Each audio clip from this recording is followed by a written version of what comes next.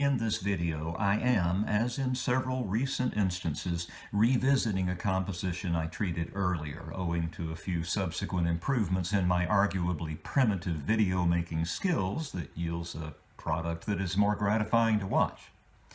I've also selected a different recording for this remake, a reading by Arthur Weisberg and the Contemporary Chamber Ensemble. If you'd rather hear the recording I originally used, a reading led by Leonard Bernstein, and would like to see what I had to say about the piece a little over a year ago, you will find my earlier video linked in the description below. Darius Milhaud composed this ballet score in 1923 following a visit to Harlem, where he was able to soak up a new and vibrant kind of music that he had heard on an earlier visit to London. While George Gershwin's Rhapsody in Blue is popularly understood to have been the first great foray of so-called classical music into the domain of jazz, Milhaud beat him to the punch by a full year. The ballet's storyline is a succession of African creation myths told in the language of jazz. There is a dark-hued overture followed by 5 sections, ballet scenes actually, depicting primeval chaos, represented by a jazz fugue, the creation of animals, insects, and trees, the creation of the first man and woman, their awakened desire for each other, and the consummating kiss. In overall terms, this is a 15-minute composition that begins in D minor and finishes in the parallel major. And between those starting and ending points, Milhaud covers a great deal of territory, including the use of the blues scale and a generous dollop of bitonality. In my analysis, I've had to omit many particulars for the sake of such streamlining as I can manage. For instance, when I make reference to a major key in my analysis, that major key is more often than not mixolydian inflected, as in blues, with its ubiquitous tonic major-minor seventh. At its premiere, the ballet was a flop, owing largely to the cumbersome costumes that the dancers were obliged to wear, but the music, like that for Igor Stravinsky's Rite of Spring, composed a decade earlier, has endured as a much-loved concert piece. The music is scored for a small ensemble of 18 players, including 2 flutes, with 1 doubling piccolo, oboe, 2 clarinets, bassoon, alto saxophone, horn, 2 trumpets, trombone, 2 violins, cello, double bass, piano, timpani, and a large battery of percussion played by a single player. In the score, you will see the saxophone part tucked into the string choir, occupying the staff that would ordinarily be devoted to music for violas. It's a pleasure to revisit this great favorite and to present my findings for your enjoyment during this 2022 season of Kwanzaa, just about 100 years after Milhaud composed it.